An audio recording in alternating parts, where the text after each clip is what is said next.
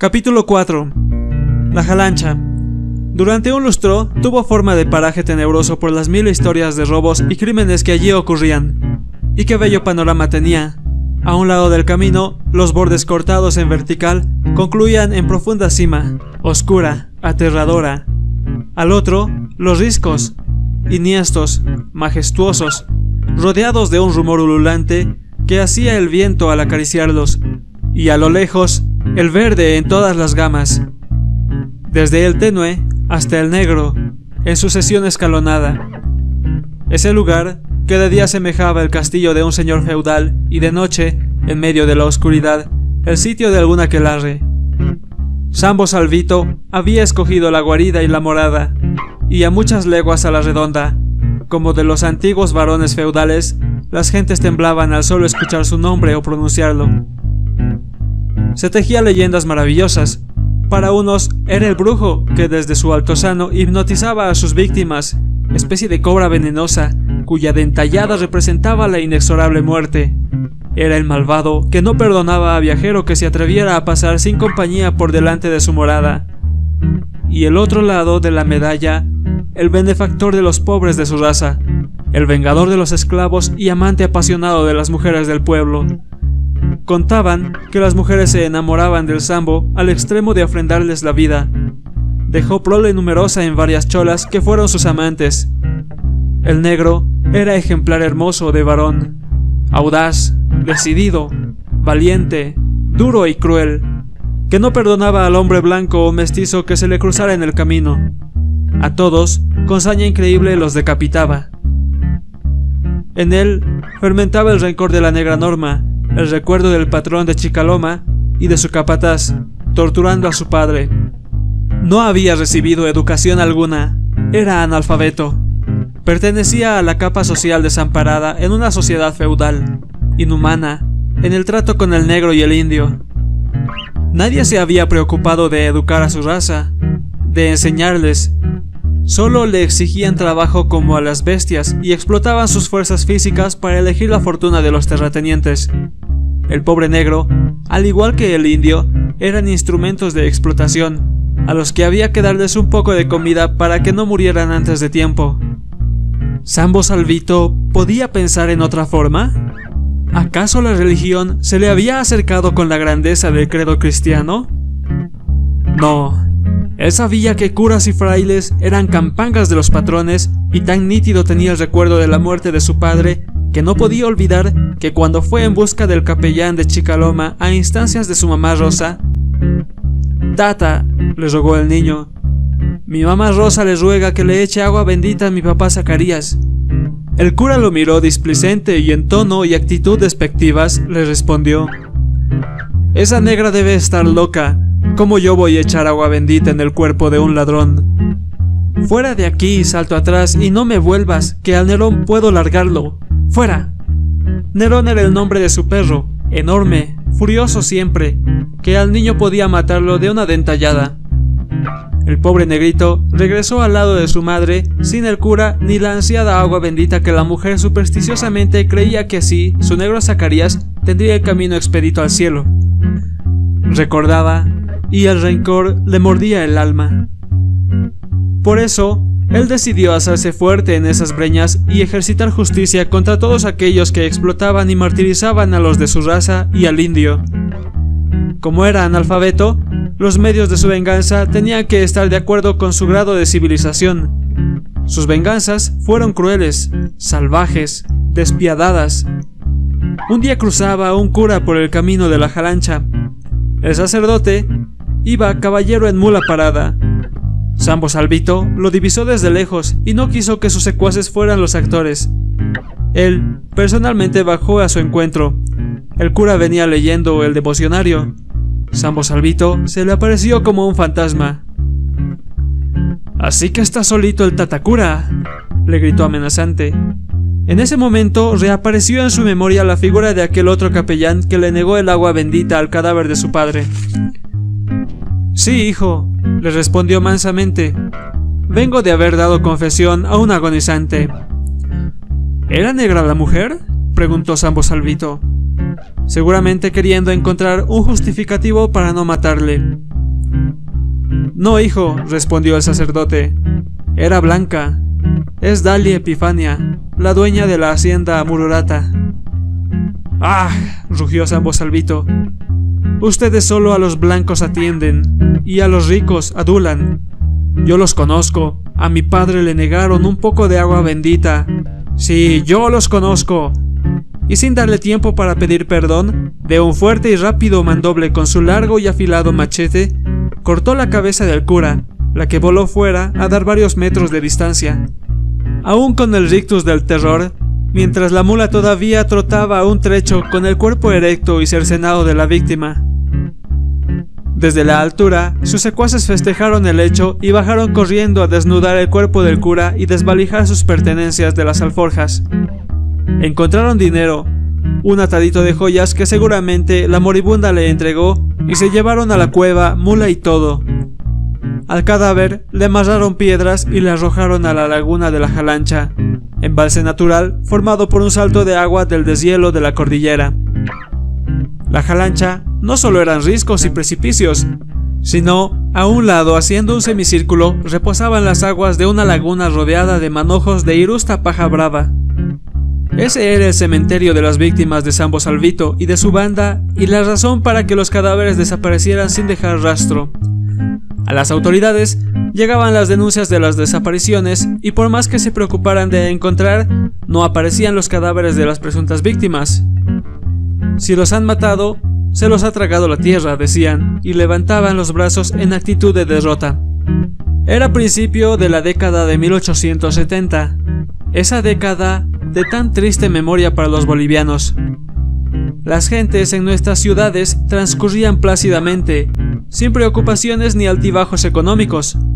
Tenían al indio, que se los trabajaba, les llenaba las despensas de productos y los enriquecía.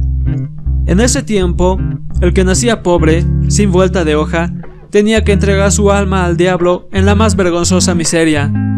Sociedad clasista, cuyas capas sociales no podían avanzar un milímetro más arriba que las que habían nacido y les debía pertenecer hasta el final de su vida. Tales perjuicios, heredados de la corona española, aún persistían y calaban más hondo mientras más estúpidos eran los pueblos. La existencia de Sambo Salvito y sus fechorías rompían la monotonía de comer, rezar y festejar, y como era una sociedad holgazana, aquel fascineroso resultaba el tema preferido de salón en salón, que se abultaba, se corregía, haciendo que aquel hombre, una figura de leyenda, muchas veces se le adjudicaban crímenes y robos ajenos, y Sambo Salvito era para el pueblo algo así como un monarca de mal imposible de ser destronado. Habían pasado más de 2 años que las malas acciones de Sambo llenaban la indignación del pueblo paceño. La reacción popular se tornó en furor revanchista cuando llegaron a la puerta del tambo de donde habían salido antes 2 mulas cargando las petacas de un opulento cocani que hacía poco se había despedido del posadero diciéndole que viajaba a Yungas a contratar una enorme cantidad de coca, café, sultana y pepitas de cacao. Sabía el pasadero que aquel hombre portaba en sus 2 petacas varios saquitos repletos de plata sellada, quintos, tómines y cuartillos de 8 décimos, además de una apreciable cantidad de libras esterlinas. El hombre iba acompañado de un criado joven. Cuando descargaron las petacas en presencia de la autoridad y las abrieron, un coro de terror llenó el ruedo.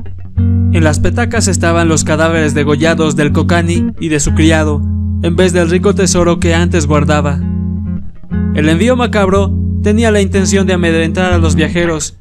Más tarde se supo que aquellos 2 fueron victimados al defender su riqueza de la rapiña de la cuadrilla del Sambo Salvito. Las malandanzas del Sambo corrían como reguero de pólvora por las poblaciones y haciendas yungueñas. Sambo Salvito era más temido que el diablo. En Chicaloma escuchaba el viejo hacendado las picardías de su ex esclavo y se mordía los labios de cólera y gritaba: ¿pero no pueden colgar a ese negro ladrón como a su padre? ¿Y dónde está la policía? Mientras el capataz galleaba y hacía lenguas amenazando, ¿o qué haría si lo encontraba? Ese no es hombre para mí, pavoneaba. Ya veríamos qué le pasa a ese Sambo si se encuentra conmigo. Los otros negros escuchaban silenciosos y temerosos las balandronadas del patrón y su capataz. y para sus adentros ellos cavilaban que era más aconsejable evadir el encuentro con ese fabuloso hombre, que no solo hacía temblar a los cocanis, sino también a las autoridades y hacendados. Dicen que los dioses ciegan a los hombres cuando quieren perderlos. Aquel momento, patrón y capataz resolvieron llevar personalmente la producción de coca y café de ese año a la ciudad de Chicago. «Iremos bien armados, Pompeyo», gritaba el viejo, «y veremos qué hace. Yo llevaré mi Spencer, y en las primeras de cambio le volaré los sesos al tal Salvito. Pompeyo, ordena que 15 negros nos escolten, cada uno con machete». «Está bien, patrón». Ese amanecer partió la caravana del patio de la casa de la hacienda en medio de un ambiente brumoso y húmedo. De la tierra se levantaba un vaho blanquecino que envolvía a los viajeros de escarcha. Los negros, amedrentados por las amenazas de castigo que les gritaba el patrón, de mala gana y atemorizados, le acompañaban, cada uno portando al cinto un largo machete. La subida era lenta, fantasmal y fúnebre. Montando en una mula robusta, dirigió la caravana el capataz Pompeyo. Al centro de la larga hilera de bestias se había colocado el patrón de Chicaloma, abrigado con un poncho de vicuña, mitones en las manos y tocado de un sombrero de fieltro alón, también caballero en un zaino. A los lados iban los 15 negros, en cuyos ojos se veía el miedo que se les embargaba a aquel viaje. «¡Patrón, el tiula! ¡Patrón, el tiula!», avisó en tono desesperado uno de los negros, al escuchar la presencia de un zorro. Pompeyo dirigió la vista y el arma hacia donde estaba el animal malagüero. La silueta de la bestia era impresionante. Y ¡pum! El zorro hizo una cabriola en el aire y quedó muerto. Varios negros corrieron a recoger el cadáver del animal e inmediatamente, asustados, retrocedieron ante el espectáculo. Era una hermosa pieza, realmente un tiula, nombre que se le da al zorro viejo, que es digno de ser respetado por haber burlado la cacería, la trampa y el odio de los pastores y del hombre. El tiula cazado asombró a los viajeros. Tenía el pelaje a trechos pelado y la cola, que siempre de estos animales es esponjosa, abultada y larga, parecía un chicote de cuero gastado. «Este imbécil ha matado un tiula», murmuró entre sí el viejo hacendado. «Sabe Dios las desgracias que nos pueden ocurrir». Los negros, más supersticiosos, no quisieron ni tocar al animal, y todos dejaron ahí, sobre las piedras, los despojos del zorro envejecido por los años y por la correría de su vida. Antes de comenzar el empinado camino que los llevaría a la cumbre, descansaron un buen rato en la última mancha verde del paisaje. Merendaron, bebieron algo de alcohol, pero a nadie le entusiasmaba el momento. La incongruencia de ese viaje se dibujaba en el semblante de todos y aún en el del viejo hacendado y del incondicional capataz. Luego amarraron los bultos y se dispusieron a continuar. El paisaje había cambiado radicalmente. De verde ahora era gris. Cerros desnudos de vegetación. La piedra era dueña de ese contorno y el frío ya lo sentían en las fosas nasales. Los negros se emponcharon y el capataz se abrigó con un grueso gabán. Cruzaron la planicie y a lo lejos ya se distinguía el farellón, donde moraba el audaz y temible Sambo Salvito. «Esa es la jalancha, patroncito. Mejor les pelemos a que vengan otros caminantes, patroncito», rogó uno de los negros. «Fuera de aquí, cobarde», le gritó el viejo. «Ya verás cómo le sentamos la mano a ese bandido». El negro no supo qué contestar. Miró azorado al patrón y después, con la cabeza baja, regresó al lugar que le habían señalado. Los otros compañeros murmuraron algo entre dientes y siguieron avanzando. Caminaron 1 kilómetro y se encontraron con un par de viajeros que venían en sentido contrario, muy apurados y todavía con el miedo dibujado en sus rostros. A las preguntas respondieron: «Están emborrachándose, por eso no han reparado en nosotros. Si tienen suerte van a poder pasar». «Mejor para nosotros y peor para ellos», dijo el viajero. «Si están borrachos, los vamos a cazar como a palomas». Y cada cual se fue por su camino. La caravana ya estaba pisando tierra peligrosa. Serían las 4 de la tarde y el silencio que reinaba en el lugar era pavoroso. La cabeza estaba exactamente al pie del risco donde se encontraba uno de los escondites de Sambo Salvito, más conocido por la Cueva de los 5 Dedos, el más cercano a la ciudad de La Paz y, como decía el Sambo, el más peligroso. Tenía la forma de un castillo medieval con 5 torreones y era propicia para guarnecer bandidos, porque desde el altozano que emergía podía observarse varias leguas a la redonda. Al pie y cerca del camino se diseminaban pedazos de roca que podían bien servir de escondite o miradores. Y cuando los viajeros más seguros se sentían, y detrás de un enorme pedrón, salió Sambo Salvito, mostrando su elevada y fornida estatura. ¡Alto!, gritó en tono fiero. ¡Alto! Los negros lo vieron y, como si el diablo se les hubiera presentado, arrojaron los machetes y empezaron a correr a lo que daba sus piernas. El viejo quiso disparar su escopeta, pero una certera pedrada lo desarmó, entumeciendo el brazo.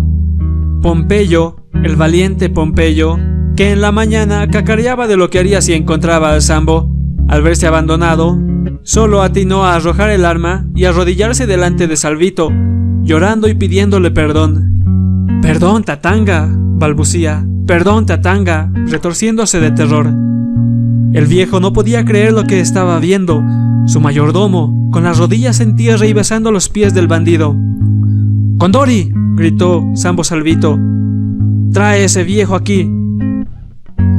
Antes de que terminara la orden, Condori, lugarteniente de Sambo Salvito, de un empellón descabalgaba al hacendado y materialmente lo arrastraba para arrojarlo a los pies de su jefe. Sambo Salvito miraba de hito en hito a los 2 desgraciados que tenía a sus pies y estaba incrédulo de que el destino hubiese puesto en sus manos a esos individuos que tanto odiaba. El patrón de Chicaloma y su capataz, el que había ordenado el asesinato de su padre y el que había ejecutado. Ese par de canallas, a cuyo recuerdo muchas noches ahuyentaba al sueño, pensando en la forma de atraerlos para darles la muerte que merecían. En ese instante revivió en su mente toda la escena de horror que soportó de niño cuando a su padre lo asesinaban a latigazos, y él, impotente por sus pocos años, contemplaba llorando cuando a su madre la arrojaban de la hacienda y a él lo retenían como si fuera un objeto. Ese momento veía a su madre cavar la fosa para su marido. Ese momento escuchaba el grito de dolor de su madre, que más parecía un aullido de bestia herida, sobrehumano, desgarrante, cuando aquella piltrafa que tenía en ese momento a sus pies, el capataz, ordenaba a 2 de sus compinches que le arrebataran de los brazos al hijo para tenerlo amarrado. Sambo Salvito recordaba todo y, anonadado por el pavoroso recuerdo, en su ignorancia, quería llorar de felicidad al patearlos como a perros pulguientos a esos 2 bandidos. ¿Quién sabe más bandidos que él mismo, a quienes les amparaba una sociedad injusta y les concedía la impunidad como un privilegio de su clase? Esos 2 bandidos podían azotar a seres humanos, matarlos, arrojarlos al camino, quitarles sus hijos, solo porque ellos eran blancos y las víctimas esclavos negros o indios. «¡Nascañú!», gritó Sambo Salvito fuera de sí. «Trae un yauri y cósele la boca a este viejo». Nascañú era el apodo de uno de los fascinerosos que componían la cuadrilla del Sambo, el más bandido, famoso entre ellos mismos de ejercitar crueldad por cualquier motivo. Nascañú gustaba matar, se placía al ver correr sangre humana. Era un tarado, morboso, sádico. Su figura conjugaba con su alma, feo, variolado, sucio, siempre oliendo a alcohol. Al escuchar la orden de su jefe, diligente y riendo, trajo los instrumentos pedidos. Los mostraba al viejo, que en ese momento se retorcía de angustia y con sus 2 manos se apretaba la boca. Nascañú reía perversamente. El viejo, en último recurso por salvarse, se arrodilló delante de Sambo Salvito y le ofreció su fortuna a cambio de su vida. Sambo Salvito lanzó una carcajada, miraba desdenoso a aquel hombre que tanto había entristecido su niñez. De un puntapié lo hizo rodar lejos, y Nazcañú y 2 secuaces más aprovecharon para cogerlo, y mientras lo sujetaban, Nazcañú, prolija y cruelmente, daba puntadas a los labios del viejo, que primero lanzaba alaridos de dolor, y que conforme se adelantaba en la costura, fueron acallándose, hasta convertirse en espeluznantes ronquidos. El viejo tenía la boca sangrante y los ojos enrojecidos de llanto. Miraba a su alrededor con gesto de idiota. Las mulas se habían detenido y parecían tranquilas en los alrededores, porque los asaltantes estaban más preocupados en acabar antes con los viajeros y Sambo Salvito en gozar del festín de su venganza, que en trasladar el botín a la espelunca. Ordenó que al capataz le cortaran las orejas y después hicieran pasar sobre el cuerpo toda la recua de mulas cargadas, que materialmente lo destrozaron, haciéndole añicos. El patrón de Chicaloma miraba espavorecido ese castigo cuando le llegó el turno. Sambo Salvito violentamente rompió las ropas del viejo, dejándole la espalda desnuda, ya enteca por la edad, y ordenó que le dieran de chilado hasta matarlo. El viejo murió con la boca desgarrada y las carnes reventadas por los latigazos. Después, amarrándoles piedras al cuerpo, los trasladaron para arrojarlos a la funesta laguna. Esa noche, Sambo Salvito se emborrachó, lloró con sus recuerdos y después cayó en profundo sueño sobre los cueros de llama que formaban su lecho.